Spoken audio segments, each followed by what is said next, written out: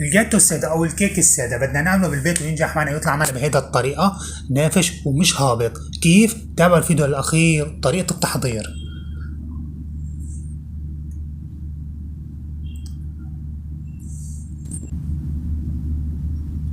هاي جايز، المرحلة الأولى بدنا ننخل الطحين.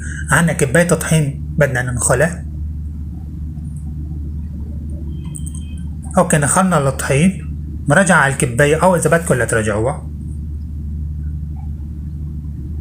المرحلة الثانية هو إضافة 4 حبات بيض بحرارة الغرفة، حبات بيض صغار طبعا، وبدنا نخفقهم جيدا. بنضيف هلا ملعقة صغيرة من سكر الفانيلا، نخفق.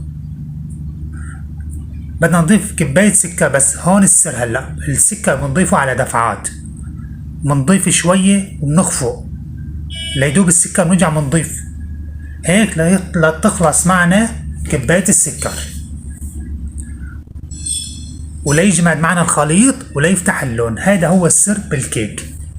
بس عملتي هيدي الخطوات بينجح معكم اكيد.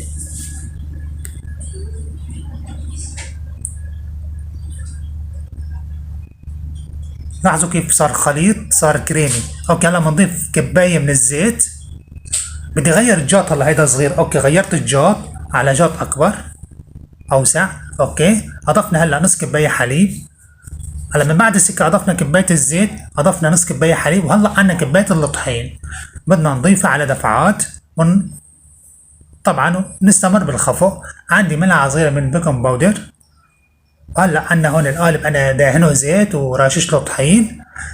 اوكي، ما ننسى الفرن شغله يكون حامي مسبقا على درجة حرارة 250. اوكي، فوتناه على الفرن بعد الساعة، نخليه ساعة بالفرن. من بعد الساعة طلع معنا بهيدا الشكل. واهم شيء نبرده بسرعة، بس بردوه بسرعة بينجح معكم اكيد. واتبعوا كل هذه الخطوات: التبريد، الخفق، الخبز مدة ساعة بالفرن، ما بنفتح الفرن ابدا. الكيك بيطلع معكم شكله واو بجنن.